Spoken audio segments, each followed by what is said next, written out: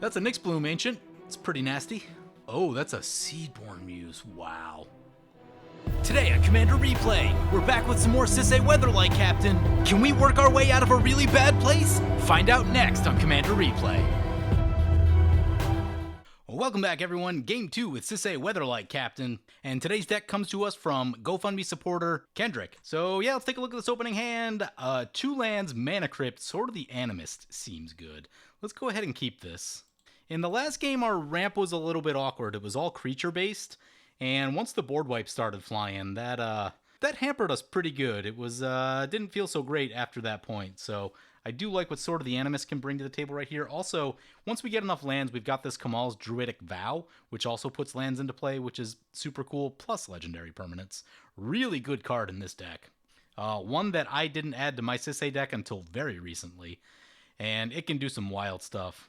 I was in a game where I was like way behind. It was like turn 8. I was on 4 lands, I think. I must have hit a mana rock somewhere. I eventually got myself to a Feast and Famine, floated a bunch of mana into the Druidic Vow, and then got myself like 4 lands and a legendary permanent or something like that. And from that point, I became the arch enemy. I went from like literally last at the table to arch enemy because of a Feast and Famine and a Druidic Vow, and it was really cool. Until they blew up all my stuff, and then things went terribly after that. But you get the idea. Anyway, we won the die roll, so we'll get to go first. So we'll play the command tower, play the Mana Crypt, cast our commander. No big deal. Pass the turn. Ew, Jank had a mulligan a bunch. They said starting with 7 cards is overrated. Eeh. So I think they went to 5. That doesn't feel great. Brings back to our turn, Mana Crypt flip. Go Tails. Won the flip. There's a Plains. We will play the Plains, play Sword of the Animist, equip Sword of the Animist. We'll swing into Champ because he's playing Kenrith, and Kenrith is very strong. We're going to get a land right here. What are we going to get? We're going to need double green at some point. We'll need blue. We'll need black. Yeah, I think I'll start with a forest just to make sure we have double green for the Druidic Vow, even though I know like we have a mana confluence and stuff. Some chance that like someone is going to try to pop a land at some point. It may not be really soon, but somewhat soon I could see that happening. Soul Ring for opponent. Going to speed themselves up a bit. Try to catch up to what we're doing. There's a Gruul Signet. Yeah. Getting themselves the ramp. So as I mentioned, we are playing Sisay Weatherlight Captain. This is the Boss Gauntlet deck. It is a bunch of really good legendary creatures just mashed into a Sisay deck. In our hand, we see an Elesh Norn, we see a Midomai. All good stuff. There's Vorinclex, Eldrazi in here. That's the type of deck we're playing. Big ramp deck. Drop bombs on our opponents until they go down. Opponent gets themselves a Serra Ascendant. Yeah, those are good. Those are good. Brings it back to our turn. We'll go Tails. Won the flip again. Ooh, Dryad of the Elysian Grove. You may play an additional lands on your turn. Lands you control are every basic land type. That is cool. Play the Mana Confluence. Swing into the Dragons deck. I'll get an island. Actually, let's get a swamp this time. Let's get a swamp just for the anguish I'm making. Never really know what's going to happen. Oh my god, can we cast Midomai right here? I think we can. Might as well, right? See who brought removal. Mana Crypt is a crazy card. People are all worried about Jeweled Lotus. Mana Crypt is the card you should be worried about. Jeweled Lotus doesn't do what we just did, because Jeweled Lotus gets our commander in, but it doesn't get the Sword of the Animist in and equipped all on the same turn. There's a Kakusho for opponent. Yeah, got themselves a blocker. Well, 2 blockers. Kenrith's the only attack for the Midomai. Sisay's up to 5 power right now. Let's check on what we have at 4 that we can grab. Not a ton. Joda is kind of cool. Thran Temporal Gateway is decent. Iroas and Shalai are cool. Opponent's gonna swing into us with the 6/6. Yeah, we totally deserve that. Anything at 3 that's cool? Got some Ashioks. We got a Reki. Kira's cool. So we can leave up some protection on our stuff this coming turn if people are trying to throw spot removal at us. Which they might. Soul Ring and Mana Crypt for Champ, so he's getting himself caught up. He does have some color awkwardness right now, though. Oh no, Path Exile on the Midomai. Yep. Alright, get our land. Oh, that was going to be such a cool turn. What do we need? We've got Abzan and basics, so we'll get the mountain right here. Keep working through all of our basic lands that we need to get. Brings it back to our turn. That drops Sisay's power a bit, too. So it's kind of disappointing. Mana Crypt flip. Tails again. Won the flip. I think that's 3 in a row. Who's counting? There's the Shalai. Maybe we just hardcast Shalai. I'm also thinking about the Druidic Vow, because that can ramp us like crazy. No blue mana open, so, you know, it should resolve. Yeah, I think I'm just going to fire off the Druidic Vow and see what we get. X is going to be 6. It's quite a few things in the deck. Also, I'm really interested in the lands. We get Manamo, Joda, Golos, Godless Shrine. Yeah. Pay the 2 life. Anything to do with that? Golos will get a land tap. No, I don't think we need to pay it. Use the Golos ability. Check out our lands, see what we can get, see what's cool. Cascading Cataracts helps with stuff. I'm going to go for Vault of the Archangel, just in case we need the lifelink. Then we'll go to combat. Sisay, a 6/6, will swing into the Dragon's deck. See if they're interested in sacrificing their Kakusho. We're going to get a trigger with Sword of the Animus. What land are we grabbing?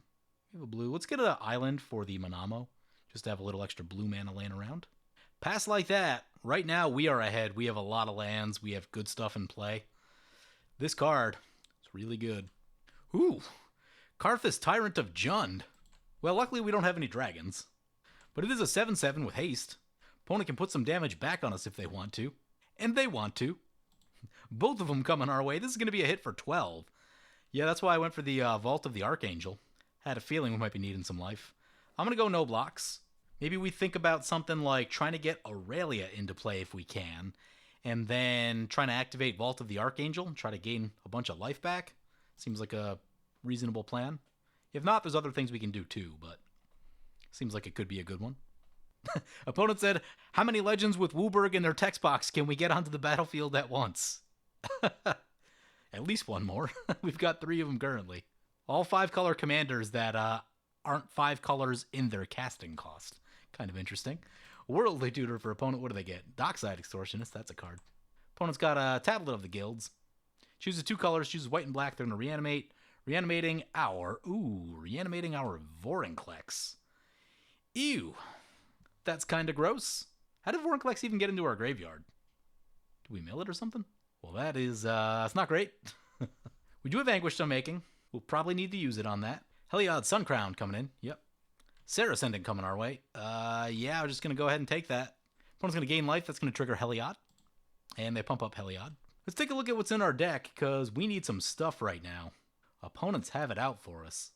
Shieldred is a real card. We're not big enough to get it yet, though. A Dockside Extortionist for champ. Yep. Only taps 1 land into it. I wonder if he just, like, sits back and waits for the board to clear up, or what he does. Now, he could probably get his commander, use a treasure, and then tap, like, Mana Crypt and maybe Ancient Tomb. Gets 8 treasures. It's pretty good. It's pretty good. You can untap a land. Cool. Oh, yeah. Yeah, that'll keep him from getting caught with Vorinclex next turn. Well, he taps it again, getting more mana. That's a Nyxbloom Ancient. It's pretty nasty. He's down to 1 card, though, but his commander is Kenrith, which is a mana sink, so that's scary. A lot of scary stuff on the board. We don't have a board wipe. Elesh Norn doesn't really solve the problem. Oh, there's Kenrith. Do the tokens make triple? Yeah, you tap those for mana. I think the tokens also make triple. Kenrith's in. Oh, that's a Seedborn Muse. Wow. Things have escalated. Brings it back to our turn. Champ stuff untaps. Mana Crypt trigger. Whew, down to 11. Ouch. Bloom Tender. Bloom Tender's interesting because if we can get haste, then Bloom Tender will be mana positive. Let's look through our deck. See what we have. Gisella's a real card. Shieldred is decent. Zakama's a real card. Ulamog is a card. It does need to be cast, though. As does Zakama. We've got 1 piece of removal and, like, many things that need to be removed.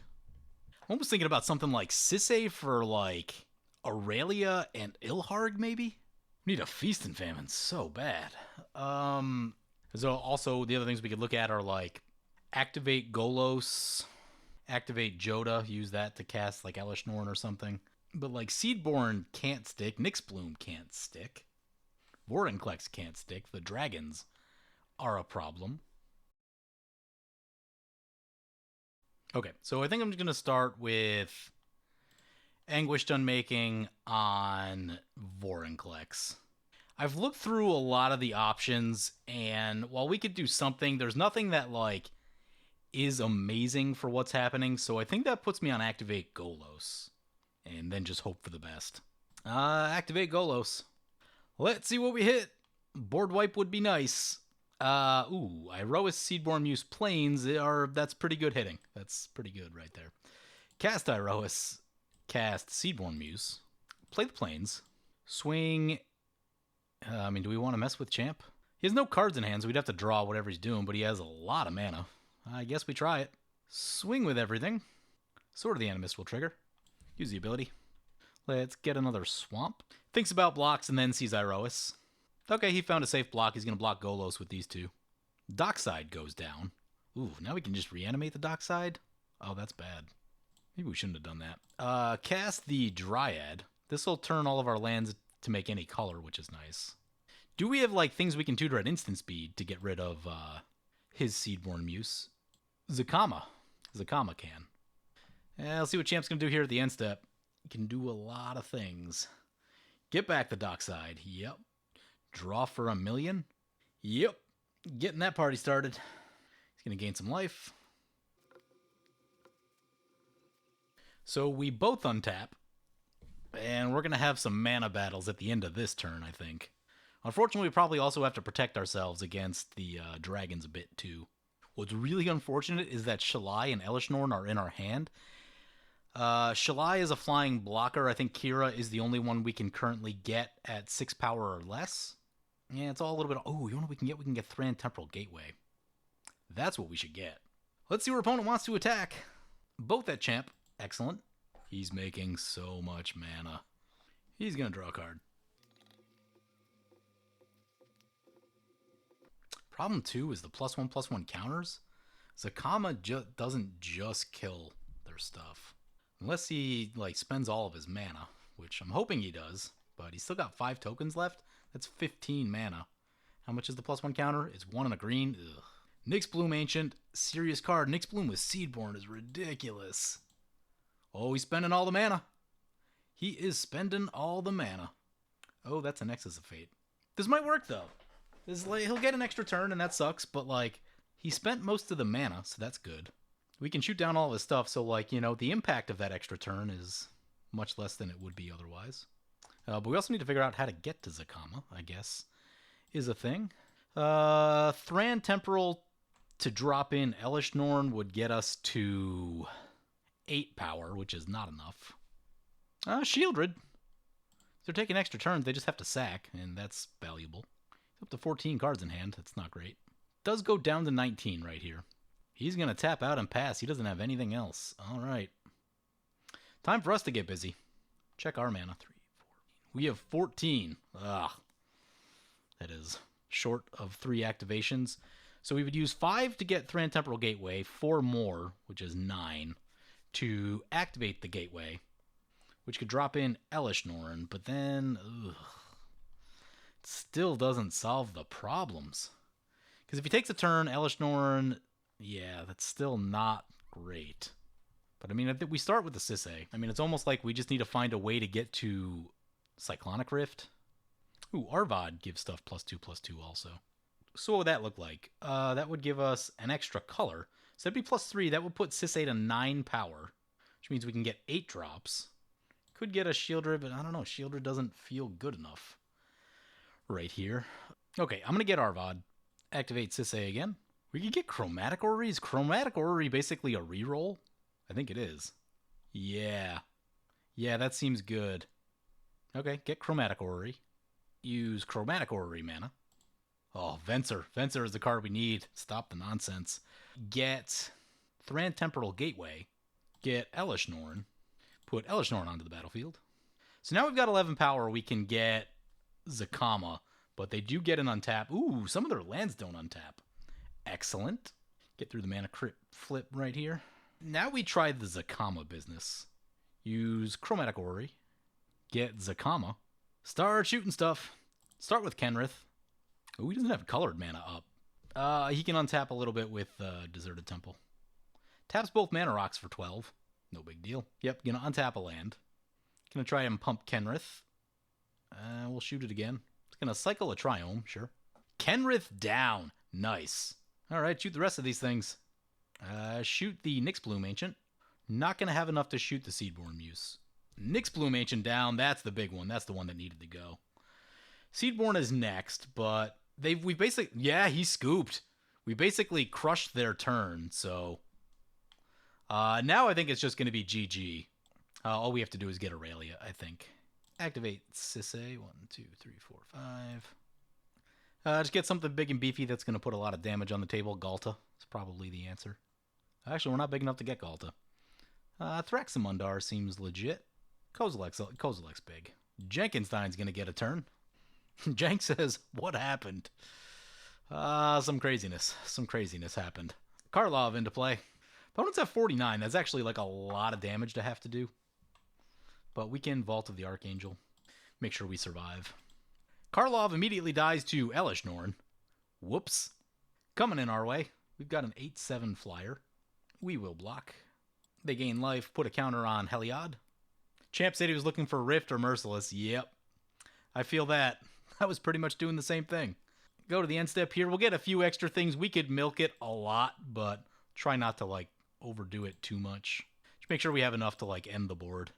Sisay, get something big. Get a Gisela. There we go. Damage doubling. One more, we'll get Aurelia. Boom. This should be plenty lethal. Brings it back to our turn. Mana Crypt flip. Heads. Won the flip. Did we win all of our flips? There's the planes. Play the planes. Activate the Vault of the Archangel. Go to combat. Combat number 1. Let's go to Jank. Make sure we get through the 54 life. This should be a lot. There's an Annihilator 4. Aurelia, sword. Opponent goes from 54 to negative 150. Oh my.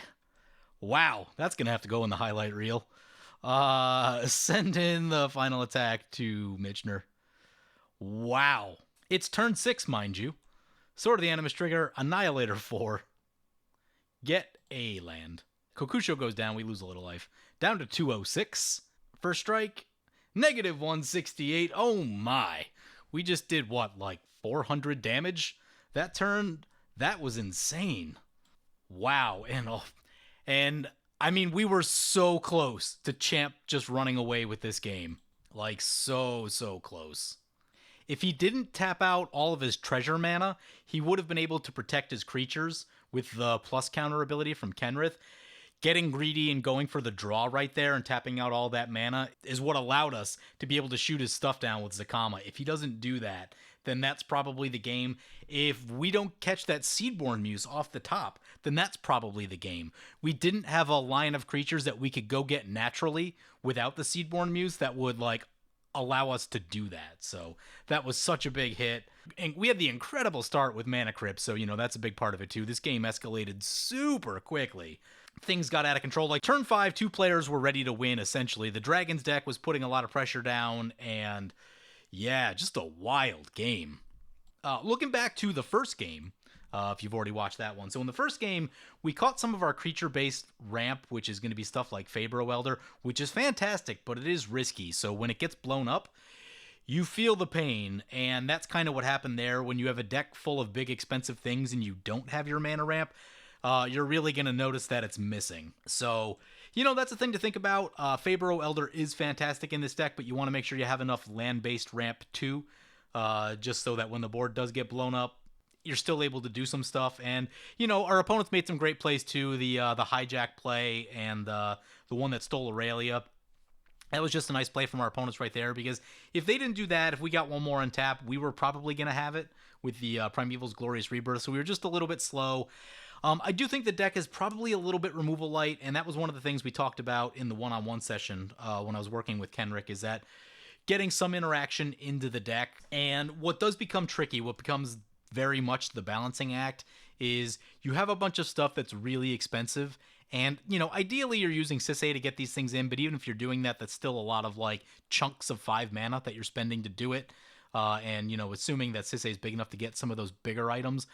The problem is that, like, you then can't also run, like, a ton of 6-drop based removal, like Austere Command and stuff that I would normally run. Well, they have Austere Command in here, and they're actually pretty light on 6 drops, but there's a lot of 7 drops in the deck. Personally, after playing this, I would probably try to lighten up on 7s just a little bit. If there's one that you can part with that's just, like, doesn't hold as much of a special place in your heart as the others, I might try to get rid of that and just get some a little bit more cheap interaction in the deck. Anything you can get at like 2 mana, even like a D-Spark, I think would go a long way in this deck. Swords and Path, I think, would be helpful too. It's just a teeny bit interaction light. The other thing to look at too is maybe if you can, I don't know what's out there, I'd have to look, but to see what, in terms of legendary creatures, will give you removal. Because that was the big thing, is just, it was really difficult to interact with our opponent's stuff. So I'd still probably bump the interaction up just a teeny bit. We got so lucky hitting the Seedborn Muse and just catching that line into Zakama and champ tapping out the mana when we needed him to. If he didn't do any of that stuff, it was going to be pretty rough. I didn't like our chances after that. So yeah, overall, I think I would cut like maybe 1 or 2 cards out of the 5 CMC slot if I could. And then try to get a little bit more going at 2 and 3 here. Maybe get a little bit more consistent with the ramp, a few more land-based cards. The 4 slot's a little weird too, so, if you get like a Sky Shroud Claim or something like that, just to make sure you're hitting lands, wouldn't be the worst thing ever. But it's a balancing act. Like we saw, if you can get through all that stuff in good shape, then you saw the absolute wildness that we could do. So it's just a matter of like how consistent you want it to be. If you want it to be a little bit more consistent and you don't want to have games where you kind of get stuck a little bit like we saw in the first one, then, drop a 7-drop, drop a 5-drop, add some stuff at the earlier part of the curve, and just kind of smooth things out a little bit more. It is a little bit awkward that, like, there's not a lot at 4 and there's not a lot at 6. I'd probably add at least a 4-drop to kind of smooth things out a little bit too, but that's just me. So anyway, yeah, hope you guys enjoyed the videos. As always, feel free to comment, like, or subscribe. Thank you for watching. I want to thank my awesome Patreon supporters. We have 1 returning Patreon supporter in Casey McClara. Casey, you are awesome. If you want to help support the channel and vote on which decks I play next, feel free to check out my Patreon at the link below.